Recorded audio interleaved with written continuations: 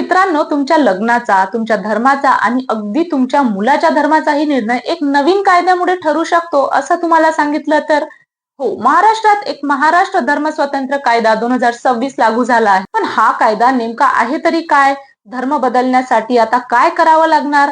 लग्न केलं तर काय होणार? आणि सगळ्यात मोठा प्रश्न, तुमच्या होणाऱ्या मुलाच्या धर्माबाबत कायदा काय म्हणतो ते बघूया. चला तर अगदी सोप्या भाषेत समजून घेऊया. नमस्कार, मी सपना, स्वागत आहे तुमचं बातमी या चॅनल मध्ये. त्याआधी आपण एक महत्वाची गोष्ट डिस्कस करूया. हा कायदा मार्च 2026 मध्ये महाराष्ट्र विधानमंडळाने मंजूर केला.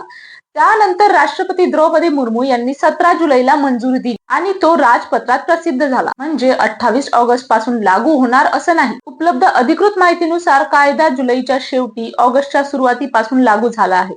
महाराष्ट्र हे अशा प्रकारचा कायदा करणाऱ्या देशातील 13व्या राज्यांपैकी एक ठरला आहे. आता प्रश्न असा उठतो की हा कायदा आणला तरी कशासाठी? सरकारचं म्हणणं आहे की जबरदस्ती, फसवणूक, धमकी, आमिष किंवा लग्नाच्या नावाखाली होणारं बेकायदेशीर धर्मांतरण रोखणं हा या कायद्याचा मुख्य उद्देश आहे. उदाहरणार्थ, एखाद्याला पैसे दिले, नोकरीचं आमिष दाखवलं, मोफत शिक्षणाचं आश्वासन दिलं किंवा लग्नाचं खोटं आश्वासन देऊन धर्म बदलायला भाग पाडलं तर अशा धर्मांतरावर या कायद्यांतर्गत कारवाई होऊ शकते. पण स्वतःच्या इच्छेने धर्म बदलणं हा या कायद्याचा गुन्हा नाही. आणि आता येतो सगळ्यात चर्चेत असलेला भाग, धर्म बदलायचा असेल तर? हा एक प्रश्न आहे. समजा एखाद्या व्यक्तीला स्वतःच्या इच्छेने दुसरा धर्म स्वीकारायचा आहे तर त्याला धर्म बदलण्याच्या किमान 60 दिवस आधी संबंधित अधिकाऱ्यांना नोटीस द्यावी लागते. ही माहिती सार्वजनिक केली जाऊ शकते आणि आक्षेप असल्यास चौकशीही होऊ शकते. धर्म बदलल्यानंतरही प्रक्रिया संपत नाही.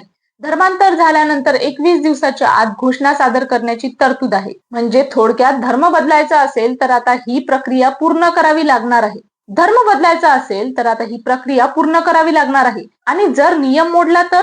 जबरदस्ती, फसवणूक, धमकी, आमिष किंवा अशा बेकायदेशीर पद्धतीने धर्मांतरण केल्यास 7 वर्षापर्यंत तुरुंगवास आणि दंड होऊ शकतो. महिला, अल्पवयीन, SC ST किंवा काही विशेष परिस्थितीमध्ये शिक्षा अधिक कठोर होऊ शकते. आणि पुन्हा पुन्हा असा गुन्हा केल्यास शिक्षा 10 वर्षापर्यंत जाऊ शकते. आता येतो सर्वात जास्त चर्चेत असलेला मुद्दा, लग्न आणि धर्मांतरण. जर एखादं लग्नच बेकायदेशीर धर्मांतरणाच्या उद्देशाने केल्याचं सिद्ध झालं तर न्यायालय ते लग्न अवैध घोषित करू शकतो. पण याहूनही महत्वाची तरतूद आहे, अशा बेकायदेशीर धर्मांतरामुळे झालेल्या लग्नातून किंवा तशा नात्यातून मूळ जन्माला आलं तर कायद्यानुसार त्या मुलाचा धर्म लग्नाआधी आई ज्या धर्माचं पालन करत होती तो मानला जाईल. मात्र मुलाला दोन्ही पालकांच्या मालमत्तेवर कायद्यानुसार हक्क आणि देखभालीचा अधिकार राहतो. आता हा मुद्दा ऐकून तुम्हाला काय वाटतं? या कायद्यावर वाद का होतोय?